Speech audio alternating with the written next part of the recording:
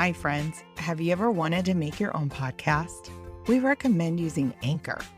It's a service that we use to host our podcast for free, and they will also distribute your podcast to all the listening platforms for you. There's also these really cool creation tools that allow you to record and edit your podcast right from your phone or your computer, and they help you grow and make money with no minimum listenership.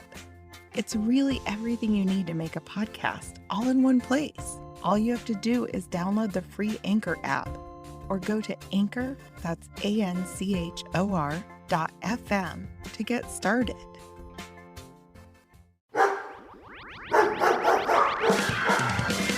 won't visit Dogland and run with the power pups. You got to love their style and how they never, ever, ever give up. Who loves dogs? Who loves dogs? We rise to any challenge, and no one here is average. We are the power pups. You know we'll ever, ever, ever give up. Dogs, dogs, you love dogs. Dogs, dogs, you love dogs.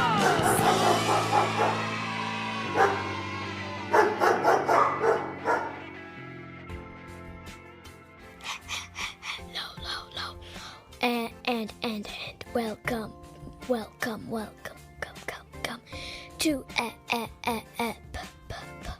So 7 of season 2 of the adventures of Power Dog and Dogland. Take it away, Mom. Thank you, Hank. Hello, listeners. Now, I don't want to give up any total spoilers about what is yet to come, but if you haven't listened to our sidequest bonus episodes from the Fetcher Files called The Dog Who Rode Into the Sunset, parts 1 and 2, then you should probably go back and check those out. This is also a good idea if it's been a while since you last gave a listen to them and need a refresh for your memory. However, I know that most of our listeners are like Hank and have crackerjack memories. So having said all of that, let's dive back into the story. Do you remember when our story left off? The gang had found a mysterious message attached to a small golden cat statue. They still had no answers when it came to the missing, presumably dog-napped President Sandals, and the extremely strange phenomenon of a giant bubble dome filled with a rainbow cloud so thick that they could see nothing else inside of it surrounding Meowie. They hoped that their parents, all of the residents of Meowie, and anyone else stuck inside were okay, but they had no way of knowing, well, anything. All they had to go on was a writing on the small golden ribbon attached to that mysterious golden cat statue. Power Dog was so surprised that he could read the tiny writing on the ribbon that he had to look at it quite a few times. But every time he did, it said, "Go to Cody." And as it was all they had to go on, despite the apparent messenger being a foreboding tiny golden cat statue, they decided they did indeed need to go to Cody.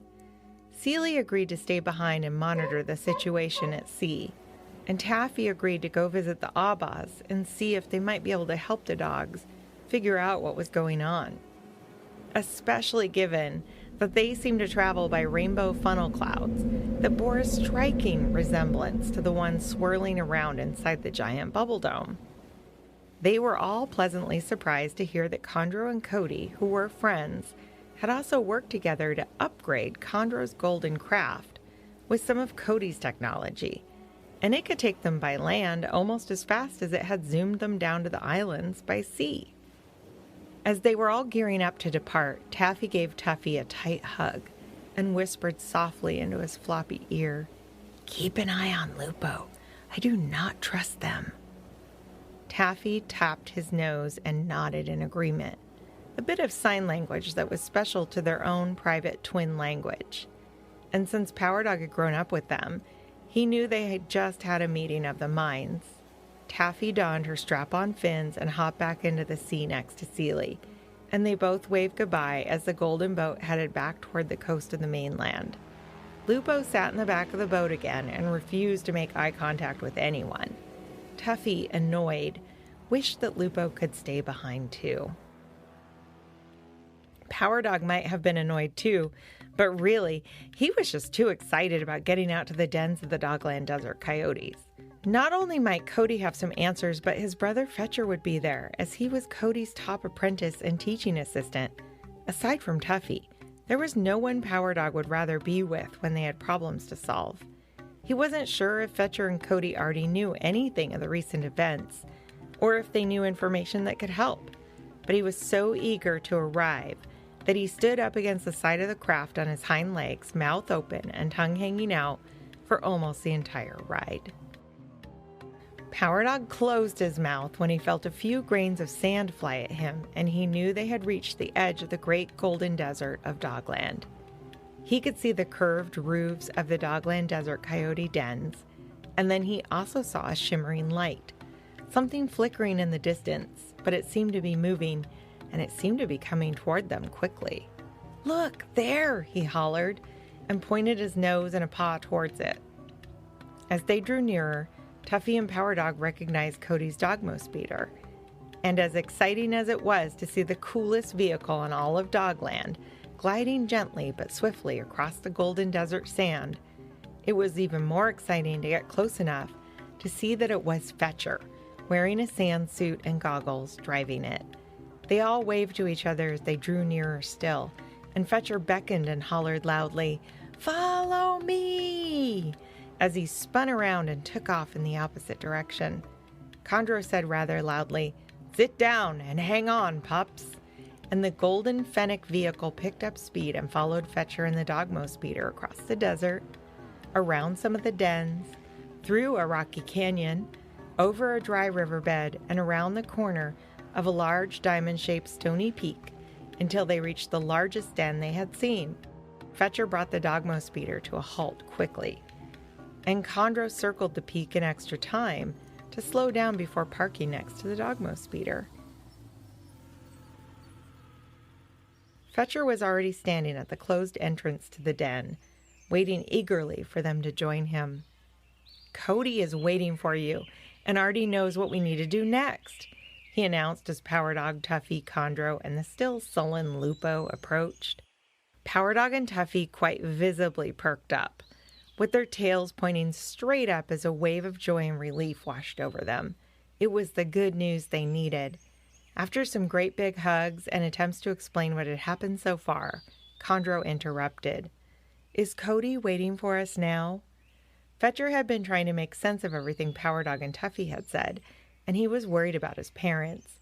But he focused and said, "Yes, come inside. I will take you to Cody now." And inside the great den they went. As they entered, Fetcher greeted a pair of winged dogs hanging upside down with a quiet nod of his head. "Sky puppies," whispered Tuffy. There are several small communities of bats living all throughout Dogland, in the desert with Cody and among the other coyotes, up north in Doglaska, and in the caves of the backside of Question Mark Mountain, facing the blue starlit forest. They aren't fans of crowds or sunshine or really any light other than the light of stars and moonbeams. But they are the fearless flyers of Dogland. Tiny and mighty, they can fly through the air at whip-fast speeds and with great precision. The two that Fetcher nodded to and greeted silently nodded back to the entire group as they passed by. Fetcher spoke softly to Tuffy and said, "Not just sky puppies. These are sentinels from the Obliterati." Tuffy's eyes widened and Fetcher nodded and said, "Yeah." Following Fetcher's lead, the group hurried down a long, long passage lined with torches until they came to a great open hall shaped much like the caverns at Dogger Falls. Some people here on Earth call these caverns cathedral style because they look like a massive half-domed great hall. Power Dog briefly imagined they'd find Cody on a throne in the very center of the great hall because of the sheer majesty of the place.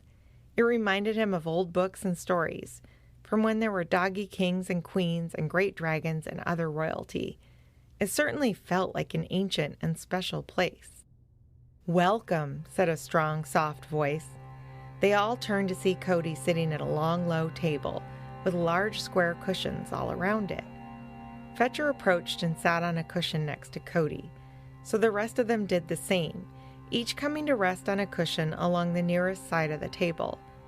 Cody nodded his golden head each time one of them sat, and he smiled graciously at his friend Condro, who was the last to be seated. "It is good to see you, my friend." Condro nodded in turn, did the small bow of Fennec greeting, and said, "You as well, my friend. I only wish it was under less urgent circumstances." Cody nodded and replied, "Ah, yes. I am glad you came here to us. I am of use to you for my knowledge, but I am not the only one here that you need help from." He smiled as all of them looked at him in anticipation. He clapped his paws and said, "First, let us now eat a hearty meal and gather strength for what is ahead." Then more of Cody's apprentices wheeled out a marvelous spread. There were mashed yams, Dogland bananas, and fried Dogland desert cacti among the many dishes, and Power Dog's eyes widened with excitement as he felt his tummy rumble. What a treat to get the delicacies of the Dogland desert. Power Dog gathered his courage to share his curiosity and, turning to Cody, asked, "Sir, could these circumstances, the new strange bubble around Meowie and the way President Sandals has gone missing, be related to why you visited TikTok Bunny?" Cody raised his eyebrows and smiled as Tuffy nodded to echo agreement with this question. Lupo was staring at Cody as if they could see right through the great golden coyote. Cody smiled at Lupo, and Lupo quickly looked straight down at the cushion underneath them. "No, youngling, this is not why I visited my friend TikTok Bunny.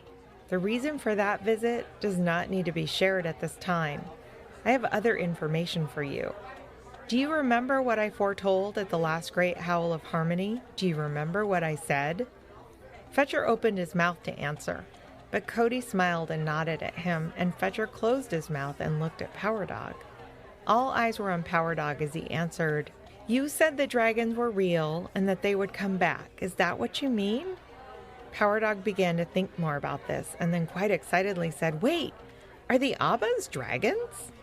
Tuffy gasped. One of Cody's eyebrows went up at this, and he nodded and said, "Oh, interesting question, young one. I myself had not thought of that, but perhaps they are a kind of dragon. No, this is something that your own brother can assist with. In fact, he is likely the only dog on Dogland that can help." Fetcher began to squirm uncomfortably just a little, and Power Dog sensed his brother's discomfort. "Fetcher?" asked Power Dog as he looked at his brother. Cody's bright eyes were focused on Fetcher's face now. He nodded to Fetcher. When I fell asleep on the bald hill and dreamt of dragons, it was, not a dream," Fetcher said. "What?" said Power Dog. His crackerjack memory helped him recall the evening when he had to wake his napping brother on the bald hill. He remembered how odd it was that Fetcher had very nearly missed dinner, so out of character for him. "Indeed, that was no dream your brother had," said Cody. "In fact, that experience is why your brother is exactly the pup, to lead the way, to find the dragons and get answers. Our dragons, they see all, and they will have answers." All of Cody's guests were surprised and confused. "Real dragons? Answers?" asked Power Dog. But how could I really find them again?" Fetcher asked Cody. Cody smiled. "Do you not still have the talisman?" Power Dog immediately thought of the strange blue flower that Fetcher had brought home and insisted was a genuine piece of the sky, gifted him from strange creatures he claimed were sky dragons. Their entire family had agreed the flower was amazing, but no one had wanted to say whether he must have been dreaming or not. The lovely flower had rested in a vase on the mantel, and it had never faded, which they all admitted was indeed strange and possibly magical. But it still did not ever fully convince them, even Fetcher at times, that his adventure hadn't been a dream. "Dogs, your mission will be to fly back into the sunset or sunrise and find the dragons. They are the only ones that can help with this mystery. They are the only ones who truly see all." Whoa, said Power Dog. Lupo and Condro looked very unsettled and confused. First, we eat, and Fetcher will tell us the entire story of what happened when he flew into the sunset. Every detail, said Cody. Hard pass. Lupo stood up and, acting very annoyed, added, "How can any of you eat at a time like this? We don't have time for any of this. My parents and entire society are trapped in a rainbow bubble dome. We need immediate action." Cody bristled and stared at Lupo icily until Lupo froze, looking as close to frightened as anyone had seen them yet. "You think your enchanted secrets will help you here? Will help you go it alone? You are wrong, young Fennec. You are very wrong." Lupo's eyes darted back and forth, and then they sat back down, visibly fuming with anger. Condro looked at them with concern and compassion, resting a small paw on their nibbling shoulder. "Enchanted secrets," puzzled Power Dog to himself. Just then, Cody did something so shocking that the dogs would be talking about it for years to come. He said, "Change of plans." Then he picked up a spoon, loaded a pile of mashed yams onto it, and flung it right at Lupo. Everyone gasped. Lupo, completely shocked and very, very angry, leapt straight up into the air and onto the middle of the table, crouching and staring Cody down. Condro jumped up and reached for Lupo, maybe and most likely to hold them back, and Fetcher smiled broadly as Cody picked up 2 small cream of mushroom pies, cracked a small, sly coyote grin, and yelled in a booming voice, "Food fight!" What happened next was sheer delightful chaos, as all of the dogs began to lob food at each other, taking microsecond breaks to lick whatever hit their faces, laugh, and keep going. Tuffy ducked to miss a barrage of flying cactus fritters, and one landed squarely in between Condro's long ears. Condro shook it off, caught it in their paws, and kicked it like a soccer ball right at Cody, who leaped up for it, caught it in his mouth, laughing, and gulped it down. At one point, Power Dog was basically booped right on the tip of his snout by a perfect Dogland banana, which opened upon impact, and then he whipped his face around and caught it in his mouth perfectly. It delighted him no end, and then he noticed that it was actually Lupo who tossed it, and even more surprisingly, Lupo was grinning and seemed to be having actual, unbridled fun. Power Dog looked around and saw that everybody in the room was having an absolute blast, and his heart felt warm. He crawled under the table to finish off the banana in peace, and found Fetcher hiding under it with a whipped cream and dirt pie.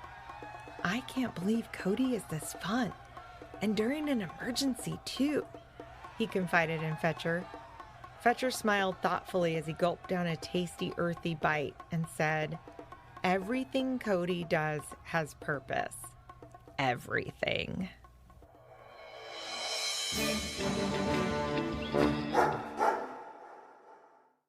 Now, I'm joined by my co-author and the 7-year-old with deep Dogland knowledge, my son Hank. Hi, Hank. Hello!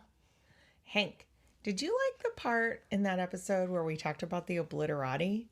I'm really excited to be introducing some new dogs and characters this season. Yeah. Yeah? What do you love about the obliterati? Wah-boom! Oh, boom, they're cannons. Yeah, they're avalanche cannons. Boo, boo, boo, boo, boo. Okay, Hank, are you ready for a joke? Where? That's Yes. yes in French. Okay, in honor of the similarities between the words dessert and desert, what is a dog's favorite dessert? Pupcakes. Totally, cupcakes. Or what about pumpkin pie? Pumpkin pie.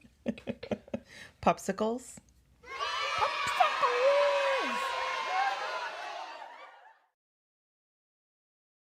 Thank you, listeners. If you liked what you heard, you can see more content at our website, PowerDogAdventures, all one word.com. There you can sign up for our infrequently emailed newsletter and also submit any good dog jokes. And we'll be forever grateful if you feel like telling your friends about the show too. If you are looking for more great shows, then please check out the other members of Kids Listen, a grassroots organization dedicated to high-quality audio for kids and families. There are well over 100 great shows to find there. Ask your grown-up to check out kidslisten.org to find out more. Special thanks to our creative partner, the inimitable Jason Rourke, who makes these stories sound extra good with his wise counsel, recording, sound design, and even original music. This podcast has been made possible in part by funding provided by the Regional Arts and Culture Council in Portland, Oregon. Thank you, RAC. It has been made even more possible by listeners like you. Thank you so much for your support, and extra big thanks to our Patreon patrons who get early access to all of our episodes ad-free, as well as goodies and merch and birthday shout-outs at any level of support. We are not joking even a little when we say we could not do this without you. The Adventures of Power Dog and Dogland is created in the ancestral lands of the Cowlitz, Multnomah, Cathlamet, Clackamas, Tumwater, Tualatin, Kalapuya, Wasco, Molalla, Watlala, bands of the Chinook, and other indigenous nations and tribes of the first people who made their homes along the rivers here in what is now called Portland, Oregon. And special thanks to our own Granny and Gramps who helped us write and record our Power Dog theme song that you'll hear at the end of the episode. Hey, Granny and Gramps, what key did y'all say that's in? It's in D for Dogland.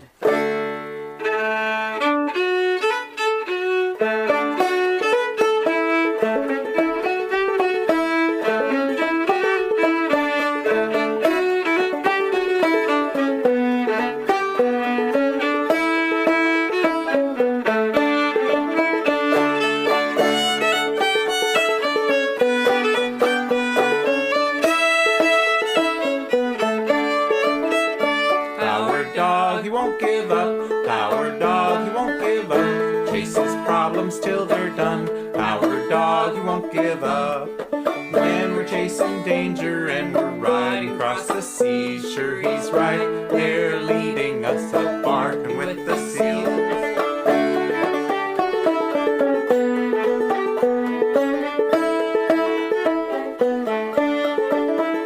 Power dog, he won't give up. Power dog, he won't give up. Chases problems till they're done. Power dog, he won't give up. When we're chasing trouble and we're riding across the stars, sure he's right there beside us, just holding our paws.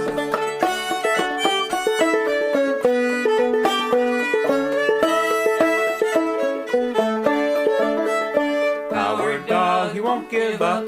Power dog, he won't give up. Chases problems till they're done. Power dog, he won't give up.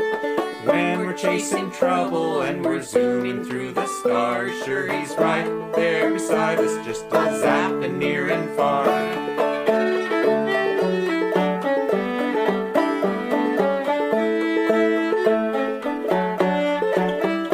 Power dog, he won't give up. Power dog, he won't give up. Chases problems till they're done. Power dog, he won't give up. When we're plugging a volcano or we're straddling a storm, Power dog is right beside us at every little turn.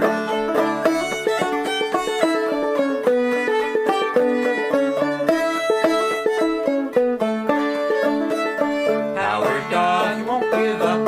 Power dog, he won't give up. Chases problems till they're done. Power dog, he won't give up. At night his fanic foxes, in the days his platypuses. We herd them up and whoop them down. Our dog's right beside us.